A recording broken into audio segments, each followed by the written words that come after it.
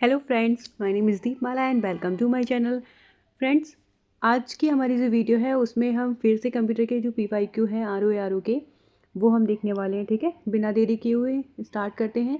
पहला क्वेश्चन है, तार्किक मेमोरी को समान सामान नहीं है, मतलब यहाँ पर समान है। ठीक है, ये नहीं होगा।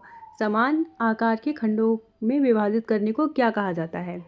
तार्किक मेमोरी जो होती है, जो लॉजिकल मेमोरी होती है, उसको उसके जो आकार है उसको खंडों में विभाजित करने के लिए क्या कहा जाता है? इसके ऑप्शन देखते हैं।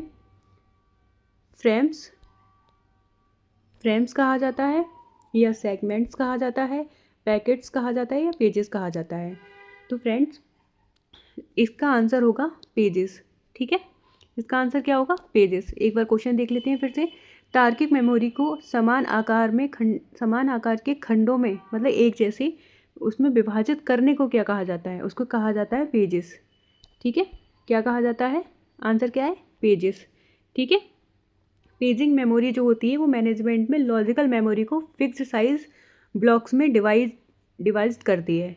ठीक है, चलिए नेक्स्ट क्वेश्चन देखते हैं। दूसरा क्वेश्चन है, पूरा लगा लेते हैं। दूसरा क्वेश्चन है, माइक्रोसॉफ्ट विंडोज़ के दो प्रमुख फाइल सिस्टम कौन से हैं? माइक्रोसॉफ्ट विंडोज़ के दो प्रमुख फाइल सिस्टम कौन से हैं? Which are the two major file system in Microsoft Windows? कौन कौन से हैं? FAT32 है, या NTFS है, इसका ऑप्शन बी है, सी है, या डी है? ठीक है, तो इसका आंसर क्या है फ्रेंड्स? इसका आंसर है ए, FAT32 और NTFS। ठीक है, जो FAT32 और NTFS जो है विंडोज़ की मुख्य फाइल सिस्टम है ये।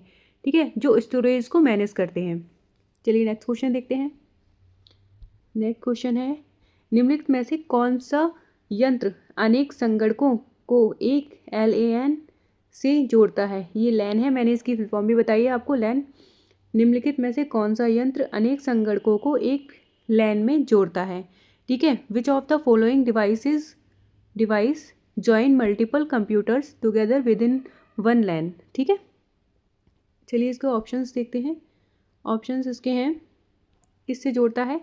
तो रिपीटर से, हब से, राउटर से, या स्विच से? क्या है? रिपीटर से, हब से, राउटर से, या स्विच से? तो फ्रेंड्स, इसका आंसर होगा हब। ठीक है, क्या आंसर होगा इसका? इसका आंसर होगा हब। जो जो यंत्र है, मतलब कौन सा यंत्र है? जो हब है, वहाँ पर संगणकों यानी कि कंप्यूटर्स, ठीक है, लैन यानी कि लोकल एरिया नेटवर्क। तो उसको एक जो हब होता है, मतलब हब मान लो आप, एक कोई एक मेन कंप्यूटर मान लो, वो बाकी सारे कंप्यूटर्स को साथ में जोड़े रखता है। ठीक है, चलिए आगे देखते हैं। आगे अगला क्वेश्चन देखते हैं। अगला क्वेश्चन है, एक इथरनेट पते में कितने बिट्स होते हैं? एक इथरनेट पते में कितने बिट्स होते हैं? How many bits are there in an Ethernet address? ठीक है, 64 बिट्स होते हैं, 48 होते हैं, 32 होते हैं, या 16 होते हैं? कितने होते हैं? तो फ्रेंड्स, इसमें जो बिट्स की जो संख्या होती है वो होती है 48 बिट्स। ठीक है, जो एक इथरनेट जो होता है उसमें कौन क्या होती है? 48 बिट्स होते हैं। आई होप आपको याद हो गया होगा वीडियो में ही। तो चलिए आगे देखते हैं अगला क्वेश्चन। अगला क्वेश्चन है, निम्नलिखित में से कौन संगणक समादेश कार्यान्वित करता है? निम्नलिखित में से कौन समादेश कार्यान्वित करता है? Which of the following executes computer commands? ठीक है, कौन सा जो कंप्यूटर की जो कमांड्स होती हैं वो कौन एग्जीक्यूट करता है?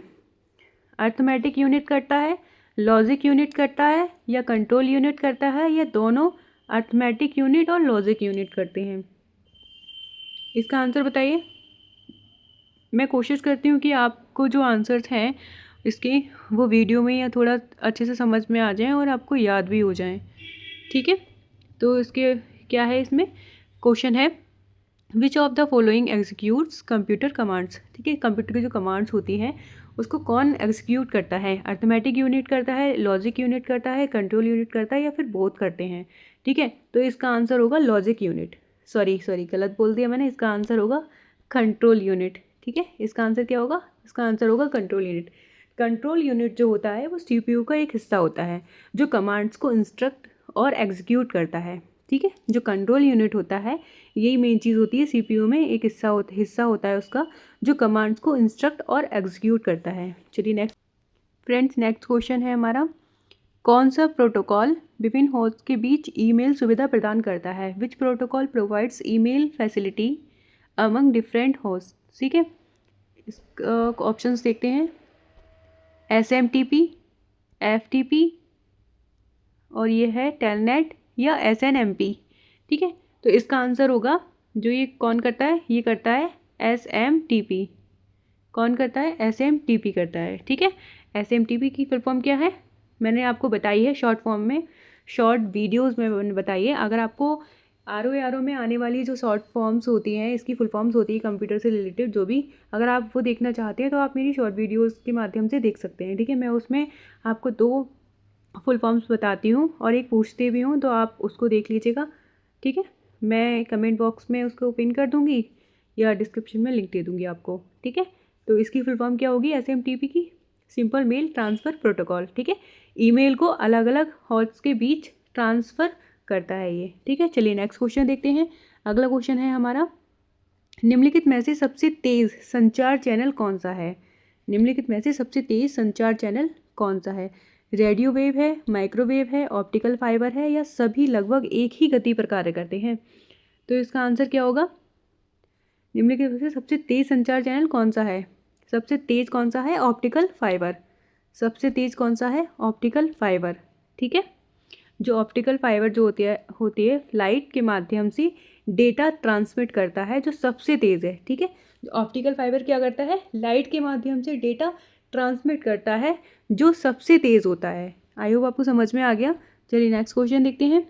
अगला क्वेश्चन है हमारा, डैश डेटा इंटीग्रिटी की समस्याओं का एक कारण है। डेटा इंटीग्रिटी की समस्याओं का एक कारण है। कौन सा एक कारण है? ठीक है, is one reason for problems of data integrity. Data इसका क्या है? हाँ sorry, security contest unauthorised access of data. तो इसका आंसर क्या है? इसका आंसर होगा डेटा इनकंसिस्टेंसी। ठीक है, इसका आंसर होगा डेटा इनकंसिस्टेंसी। ठीक है, जो ये होता है डेटा इनकंसिस्टेंसी से डेटा इंटीग्रिटी प्रभावित होती है, जैसे डुप्लीकेट या मिसमैच्ड एंट्रीज हम करते हैं ना, वो प्रभावित होती है। चलिए नेक्स्ट क्वेश्चन देखते हैं। अगला क्वेश्चन है, कंप्यूटर का ALU कितने प्रकार के अंकगणितीय ऑपरेशन करता है? कंप्यूटर का जो ALU होता है, अब मैंने आपको ALU की भी फुल फॉर्म बताई होगी।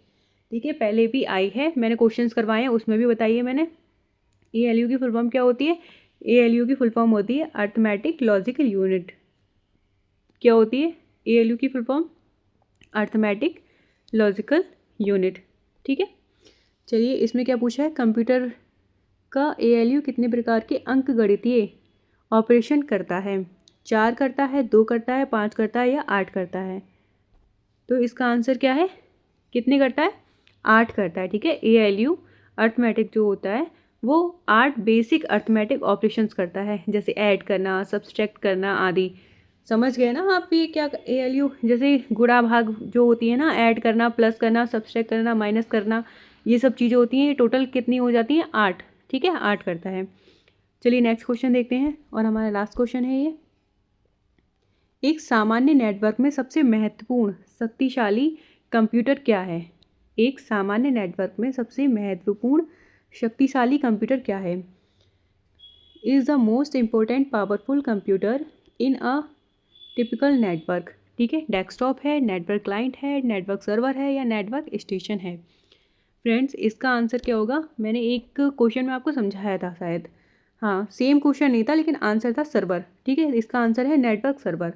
ठीक है, एक सामान्य जो नेटवर्क है सबसे महत्वपूर्ण सबसे शक्तिशाली कौन सा है कंप्यूटर? वो होगा सर्वर, क्योंकि सर्वर पर ही सारी चीज़ें जाती हैं, वही क्लाइंट को भेजता है। सारी डाटा जो जाता है पहले सर्वर पे जाता है, फिर वहीं से वो क्लाइंट के पास जाता है। ठीक है, डायरेक्ट नहीं जाता। आई होप आपको वीडियो अच्छी लगी हो, क्वेश्चन समझ में आ गए हो। अगर आपको मेरी वीडियो अच्छी लगती हो तो प्लीज़ वीडियो को लाइक कीजिए, शेयर कीजिए और कमेंट कीजिए। और अगर आपने सब्सक्राइब नहीं किया तो प्लीज़ सब्सक्राइब कर लीजिए। मिलते हैं नेक्स्ट वीडियो में। Thanks for watching.